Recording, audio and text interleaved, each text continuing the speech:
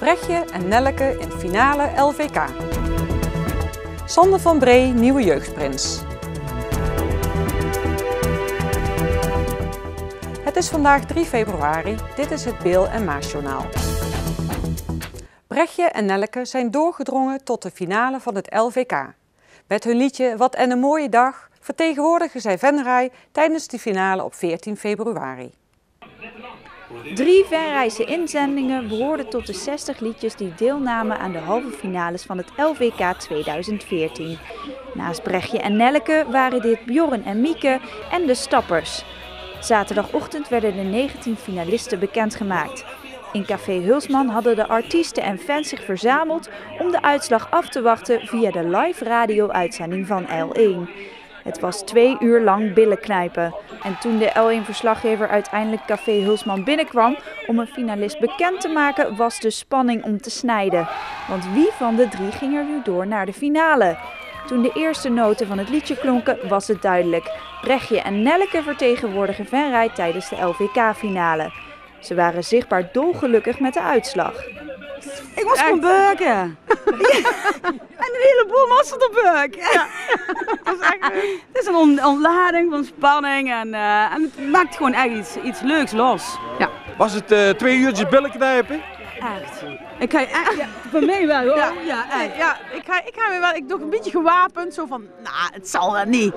Maar ja, het was wel spannend. Het was heel spannend. Toch stiekem hopen van, ja, dan komen ze naar Venray. En met name toen ze hier aankwamen, want dan weet ik dus niet van wie het is. Toen dacht ik van, oh god. En ze hadden het heel over debutanten. Dus ik dacht, en ik wist niet wat debutant. Ik denk, debutant, wat zijn debutanten? Is dat weer een nieuw carnavalswoord? Nou, ik ben niet heel dom, Jan. Je zit gewoon nooit debutant. Nee. Brechtje en Nelleke zijn nieuwkomers op het LVK. Maar ook als toeschouwers hebben de 2 dames geen ervaring met het evenement. Nee, nooit geweest. Ik wist gar niet wat het was. Ik wist wel wat het was. Ik ben nooit geweest. Dus ik doe het geen meteen goed. En hoe gaan jullie voorbereiden? Nou, ik denk het liedje tekst uit het hoofd leren. En 10 kilo afvallen nog. Nou, verder. Ja. En ik denk, we drinken er een biertje op of een wijntje. Ja, hè? Ja. Alhoewel de L1-verslaggever wel even bleef hangen in Café Hulsman, maakte hij helaas geen andere Venrayse finalisten bekend. Een teleurstelling voor de 2 andere acts die vorig jaar beide deel uitmaakten van de laatste 19. Ja, super jammer. Ja, dan ga ik liegen als ik zeg dat ik daar niks om geef. Tuurlijk niet. Je werkt er een jaar naartoe. En dan, we weten hoe leuk het is inmiddels, dus dat is jammer, ja. Want je hebt 2 uur, je wist niet hoe je nog gaat volgens mij, hè? Nee, ik werd niet lekker, nee, ja, super spannend. Ik had al een beetje een voorgevoeletje misschien, dat ik denk, ja, net wel, net niet. En er gingen liedjes door waarvan je dacht van ja, terecht. Maar er ging ook heel veel door. Ik denk, gaan die door? En ja, dan ga je je kans een beetje bekijken en dan wordt dat steeds minder. Ja, en dan komen ze hier het café binnen en dan? Ja, dat is niet goed voor je hart. Nee, dat is niet goed voor je hart. En dan moet je wachten tot ze een liedje inzetten. Ja, bij de eerste toon, dan weet je het al. En dan ben je ook echt oprecht blij voor Brechtje en Nelleke. Ik vind het vet dat hun de Venray mogen vertegenwoordigen en dat ze dat mee mogen maken. Want dat is gewoon gigantisch. Dat is echt vet. De LVK-finale is op vrijdag 14 februari. Via een live televisieuitzending van L1 is de finale te volgen. Ik zeg ja tegen het leven en ja tegen Ola. Ik zeg ja tegen mijn eigen, wat een bierstuk mooie dag. Ik zeg ja tegen het leven en ja tegen Ola. Ik zeg ja tegen mijn eigen, wat een bierstuk mooie dag. Ik zeg ja tegen het leven en ja tegen Ola. Ik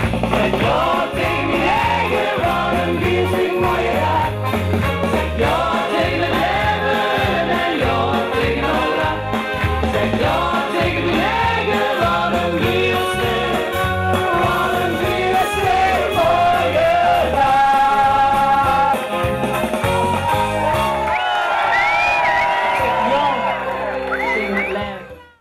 In de topklasse korfbal leed de Peelkorf thuis een 10-11 nederlaag tegen Bikwik, de directe concurrent in de strijd tegen degradatie.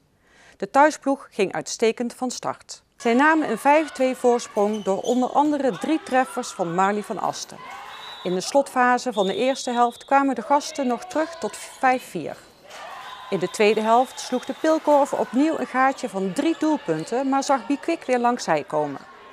De thuisploeg leek enkele minuten voor het einde de zege te pakken toen Pia Bartray van afstand in de korf gooide. Maar in de slotminuten ging het helemaal mis. De gasten kwamen eerst via een discutabele stip op gelijke hoogte. Vervolgens scoorden ze in de allerlaatste seconde ook nog eens de winnende treffer. Na het verlies in dit cruciale duel wordt het voor de Pilkorf met nog 3 wedstrijden voor de boeg heel moeilijk om degradatie te ontlopen. De Hazekeutels hebben sinds zondag een nieuwe jeugdprins. Sander van Bree mag aankomend jaar de jeugd van Venray aanvoeren. In de foyer van Schouwburg Venray was de jaarlijkse jeugdzitting. Voordat de nieuwe prins bekend werd gemaakt, werd eerst het jeugdboerenbruidspaar onthuld. En dat zijn dit jaar Casper van Dijk en Luna Driessen van basisschool De Landweert. En ondanks dat het toekomstige bruidspaar de hele happening heel leuk vindt, is het natuurlijk ook wel een beetje spannend. De bekendmaking, de bruiloft en zo,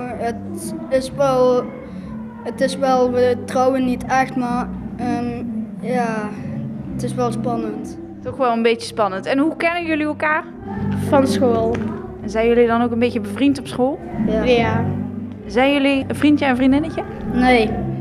Niet verliefd op elkaar? Nee, al een half jaar niet. Al een half jaar niet? Ja. Want?